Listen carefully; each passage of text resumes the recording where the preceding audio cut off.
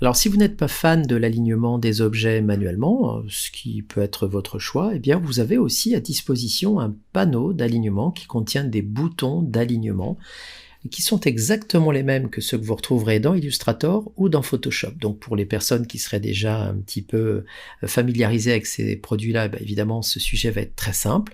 Et pour les autres, vous allez voir que c'est pas bien méchant. Donc je commence toujours par sélectionner globalement en englobant, vous le voyez ici avec ma flèche noire, mes différents objets. Alors notez au passage que vous avez aussi un raccourci qui est assez universel, qui est le commande ou contrôle A comme All, qui permet de tout sélectionner. Donc bref et en résumé, je peux sélectionner tous mes objets en les englobant comme ceci avec la flèche noire ou en faisant CTRL A, et là je vois automatiquement apparaître ici dans ma palette de contrôle ou dans ma palette de propriétés des outils d'alignement. Et donc ces outils d'alignement, eh bien, ils sont assez faciles à interpréter, puisqu'ici vous avez plutôt les outils qui gèrent les alignements, et ici plutôt les outils qui gèrent les répartitions.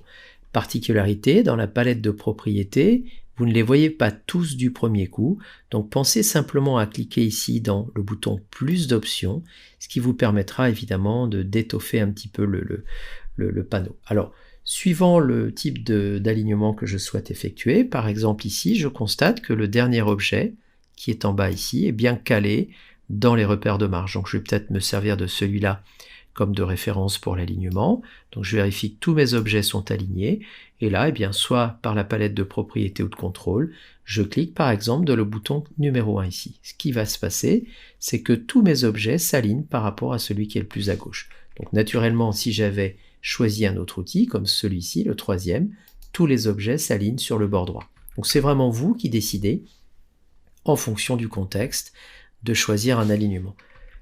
Détail important, quand vous faites une manipulation et que vous n'êtes pas content du rendu, par exemple je voulais aligner à gauche mais finalement j'ai aligné à droite, vous avez le raccourci universel CTRL Z qui permet d'annuler la dernière manipulation.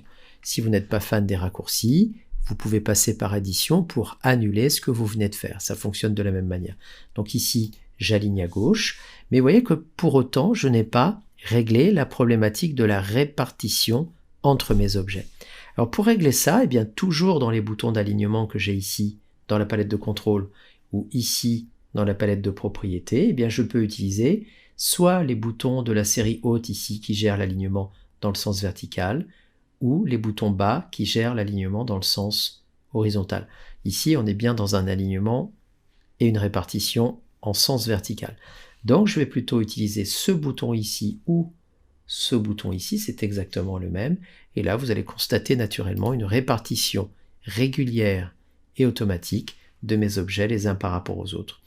Donc en résumé, vous avez la possibilité de passer par les alignements de la palette de contrôle ou de la palette de propriétés pour effectuer des réglages de ce type-là, ou bien continuer à utiliser vos fonctionnements avec les repères commentés qui vous aideront également à obtenir un alignement et une répartition intéressante.